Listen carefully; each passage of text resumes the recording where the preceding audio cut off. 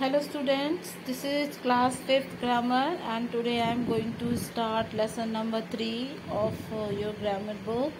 I hope you all have completed first and second lesson exercise. So today's topic is kinds of a simple sentence. Before starting the lesson, first you all have to understand the meaning of sentence.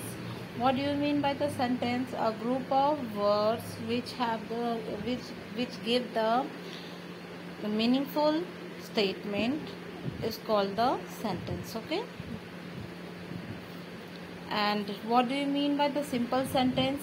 Simple sentence has a one subject and one predicate. Simple sentence में एक subject होता है जिसके बारे में हम बात कर रहे होते हैं, वन प्रेडिकेट, उससे जो रिलेट होता है वर्ब उसे हम प्रेडिकेट कहते हैं. Okay. Now sentence are mainly divided into 4 kind. Sentence कितने पार्ट्स में डिवाइड है? 4 parts. First is assertive sentences और स्टेटमेंट्स, इंट्रोगेटिव सेंटेंसेस और क्वेश्चन. इंट्रोगेटिव को हम क्वेश्चन सेंटेंस भी बोलते हैं. Imperative sentence and exclamatory sentence. There are the 4 parts of a simple sentence. Now look at the first sentence, assertive sentence. What do you mean by the assertive sentence or a statement? Observe the following word. Look at these for example. First, the sun emit the heat and light through its rays. Second, his quick action put out the fire. Crop failed for want of the rain. And animal cannot tell their trouble. Each word of these is a simple sentence. ये सारे word क्या हैं? Simple sentence है जो directly एक दूसरे से connected है. It state something in a simple way. ये कुछ स्टेटमेंट दे रहे हैं जो सिंपल तरीके से हमें समझ में आ रहा है. And so such sentence is called the statement. इसीलिए इस तरह के सेंटेंस को हम क्या बोलते हैं? स्टेटमेंट बोलते हैं. सच sentence express the action, fact and the happening. और इस तरीके के जो सेंटेंस होते हैं वो क्या एक्सप्रेस करते हैं?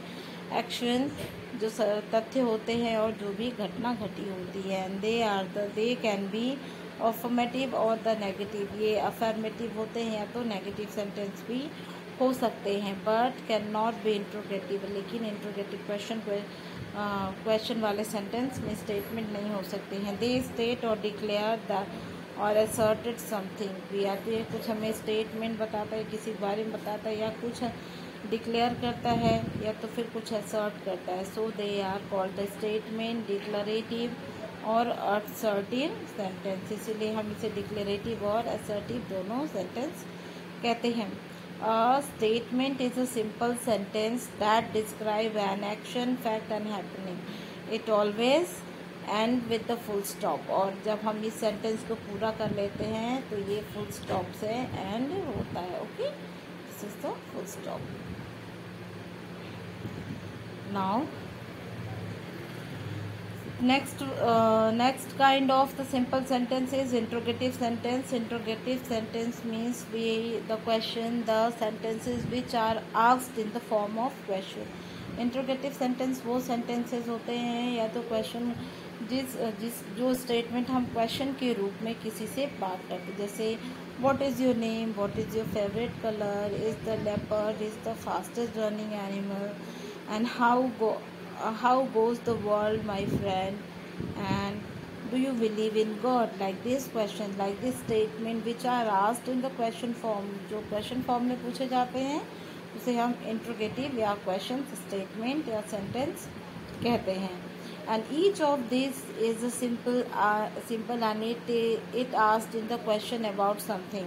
और ये सारे सिंपल सेंटेंसेस हैं और इसको क्वेश्चन फॉर्म में किसी के बारे में क्वेश्चन किया गया है. So such statement sentences are called interrogative of the question. इसलिए इसे हम इंट्रोगेटिव या क्वेश्चन स्टेटमेंट कहेंगे. An interrogative sentence is a simple sentence that ask a question about something. ये इंट्रोगेटिव सेंटेंस एक सिंपल सेंटेंस है जो जिसके बारे में किसी के बारे में क्या क्वेश्चन फॉर्म में पूछता है. And it always and with the question mark. और जब इस स्टेटमेंट पूरा हो जाता है तो हम इसमें क्वेश्चन मार्क लगाते हैं. Okay. Now Turn the page and come to the third kind of simple sentences, imperative sentence. Imperative sentence, observe the following sentences. Be punctual for school. Let me use your pen, please. Always respect and obey your elders. And let us go boating in the canal. Like these words, each of these words is the simple sentence, and it state a command, request and advice or the proposal. ठीक है, वो imperative word क्या होते हैं? वो word होते हैं जिसमें हम जो स्टेटमेंट हमें क्या शो करता है? कमांड, ठीक है, आदेश देना, रिक्वेस्ट करना, ठीक है, किसी से विनती करना, एडवाइस किसी को सलाह देना या किसी को प्रपोजल देना, ठीक है, किसी को प्रपोजल देना भी क्या कहलाता है? इम्पेरेटिव सेंटेंस कहलाता है. Okay, and each because they need something to be done by hearing urgently. और क्यों इसे हम इम्पेरेटिव सेंटेंस कहते हैं? क्योंकि ये इसमें ज़रूरत होती है कुछ भी काम करने की, किसी की बात सुनने की. Okay, an imperative sentence is the simple sentences that state the command, request and the advice or a proposal. An imperative sentence does not end in an exclamatory mark and it always end in a full stop. Imperative sentence क्या होता है? इसमें ये exclamatory sign होता है, इससे and नहीं होता है. जब हम स्टेटमेंट को पूरा कर लेते हैं तो लास्ट में हम फुल स्टॉप लगाते हैं. ओके, और इम्पेरेटिव जो स्टेटमेंट होते हैं, जो सेंटेंसेस होते हैं, वो हमेशा कमांड होता है. ठीक है, किसी को हम आदेश दे रहे होते हैं या किसी से विनती या रिक्वेस्ट करते हैं या फिर किसी को सलाह देते हैं, एडवाइस करते हैं, ठीक है ना, और या तो फिर हम किसी के सामने अपना प्रपोजल रखते हैं.